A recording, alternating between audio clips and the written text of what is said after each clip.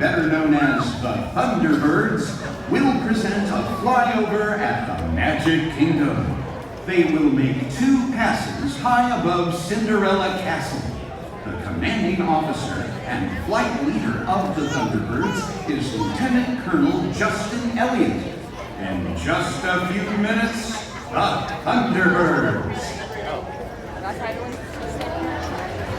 In honor of National Veterans and Military Families Month that begins in November, the Magic Kingdom is pleased to welcome the United States Air Force Thunderbirds.